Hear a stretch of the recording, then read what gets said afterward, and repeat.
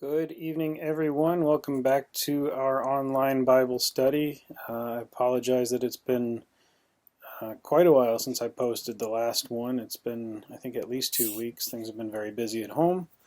We've been keeping up with our regular Bible study, but life has been busy at home. Today we're going to finish up chapter 5. I think we left off at verse 12 last time, so we'll work on verses 13 through, I think it's 20.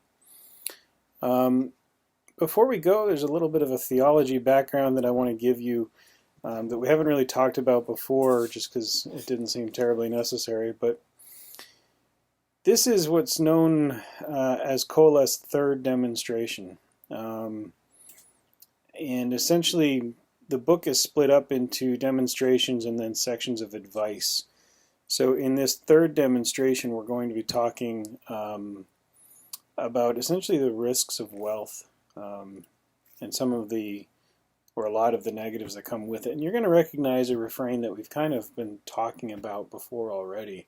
So we are going to kind of go through it a little bit quickly because I don't want to, over-exaggerate the subject. This, like I said, is the third demonstration. The first, you'll notice, was the lack of permanence.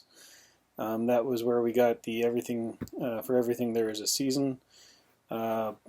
Poetic part in chapter 1, and then the second was talking about oppressions and injustice, where we talked about corrupt government and corrupt courts, more importantly. So in this final demonstration, Kohleth is going to warn of the risks and turmoils of wealth. And to think in their day and age, I want you to consider that in Kohleth's time, many would have looked to wealth as a sign of God's blessing. The idea that God would punish the wicked with poverty was very real. I think it rings a little bit or echoes a little bit of the idea of a health and wealth gospel today, which, if you've been paying attention, I don't necessarily subscribe to. At least not in the way it's come to be thought of today. But to kind of back up this idea that wealth reflected how God looked at you. Proverbs 15:6, in the house of the righteous there is much treasure, but in the revenue of the wicked is trouble. And Proverbs 13:22, a good man leaves an inheritance to his children's children, but the wealth of the sinner is stored up for the righteous. I'll let you guys make what you think of those. And I would encourage you to go back and read the full Proverbs and get the context of them. But for now, let's look at chapter 5, verses 13 through 14. Here we go. There is a severe evil which I have seen under the sun, riches kept for their owner to his hurt. But those riches perish through misfortune. When he begets a son, there's nothing in hand. What he's saying here is that the riches get hoarded up, and they end up hurting their owner in the end. And I think it's hard to think of a rich person, as being hurt. But I think we're talking, if not necessarily a physical or financial pain, then a soul pain. Many are not wise with their riches. They end up losing it all, and in that case, they do end up facing financial destruction. And I think if you add to this the potential for people to come along and try to swindle money away from them, we've talked about that a little bit too. I think if we look at the overall theme of of Ecclesiastes and what Kohleth is saying, it's that wealth is not necessarily a bad thing, but wealth without wisdom is a bad thing. To back that up, I think it's an interesting statistic that 70% of lottery winners end up bankrupt within a few years. There's a few reasons for this. One that I find interesting is that they stop working. Frequently, winners will just quit the very day after they win their money. And I think that idea of not having to work anymore, while a cool dream, is not really compatible with the human condition. Work, even if it's not necessarily for money, work presents its own value. I think the other part is that people end up buying all sorts of crazy things, And on top of that, they become generous, not necessarily for generosity's sake, but to look generous, to look like they're big spenders and look like they're very generous. And that's why a lot of people lose it. So while wealth may sound nice, it can actually become a curse if it's not handled wisely. The wealth itself is not the problem, it becomes the love of the wealth and the lifestyle that it offers that leads to the downfall. If one is foolish with wealth, can't speak tonight, then they'll have none to pass on to their children in the end. And that's why I say it's that combination of wisdom and wealth. Not that wealth is bad inherently. Verses 15 through 17. As he came from his mother's womb, naked shall he return, to go as he came.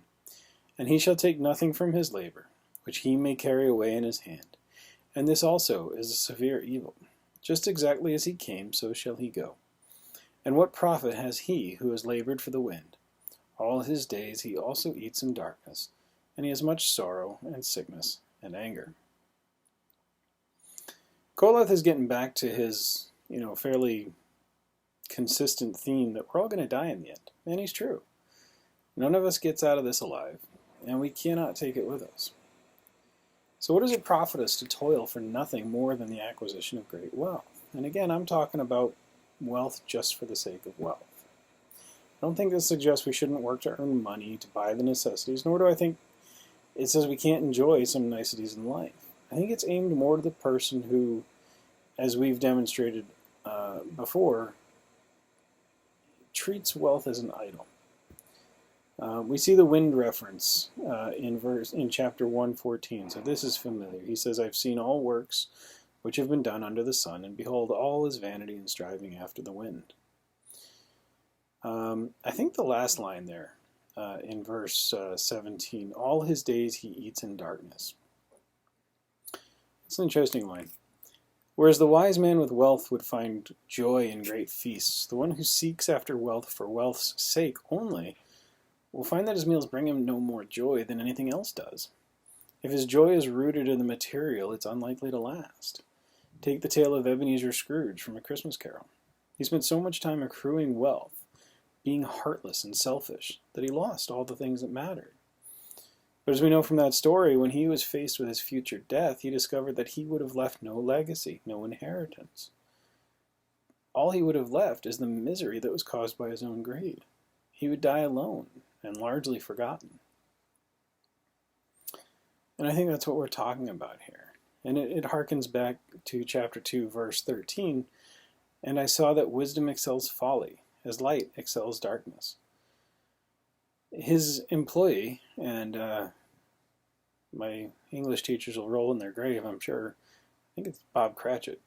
And my English teachers aren't really dead. But Bob Cratchit, we see in that story that he has, great happiness because he has family and friends, even though he doesn't have much. So that's something to consider. All right, verses 18 through 20.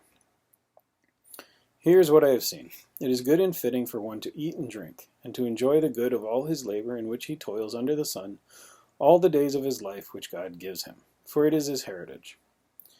As for every man to whom God has given riches and wealth, and given him power to eat of it, to receive his heritage and rejoice in his labor, this is the gift of God. For he will not dwell unduly on the days of his life, because God keeps him busy with the joy of his heart. Now this is kind of normal for Koheleth in this book. He comes back to, or he goes through this process of explaining why something is bad and presenting a big problem, and then reaching a conclusion that kind of balances it out. I think he's saying that we should take joy in the blessings God gives us, whether that means we're rich or poor. Those who do find themselves blessed with wealth may take joy, but also have the wisdom to understand the obligations that come with that money. Rich or poor, we cannot allow the situation in which we are to cause our hearts to forget that eternity onto which they are set. Ultimately, we can't take it with us. If we have much, then we must be wise with it. I think that means we bless others with it wisely, not throwing it around to make ourselves look good, But I think there's a familiar refrain from the gospel that says, to whom much is given, much is expected. I'm paraphrasing. I think that, well, certainly I think applies to a great number of things. I think it also applies to those with wealth. As a society, we should be using the wealth we have to help lift up others. And that's as political as I'm going to get. I think Koheleth is also giving advice to those who are not wealthy. He says, for he will not dwell unduly on the days of his life, because God keeps him busy with the joy of his heart. The root here is not to dwell on our lot in life so much that it becomes, or so much so that it rises to becoming an obsession. As the rich man can become obsessed with wealth, so too can the poor man become obsessed with his lack of wealth. So much so that he can be driven to bitterness and to feel that the wealthy man somehow owes him something beyond the Christian obligation of love that we all share. That's going to do it for chapter 5. In the next section, we'll start into chapter 6, and that'll be Koheleth's advice section as we go. I will try to get that one out in a more timely manner. But until then, I'll see you all very soon.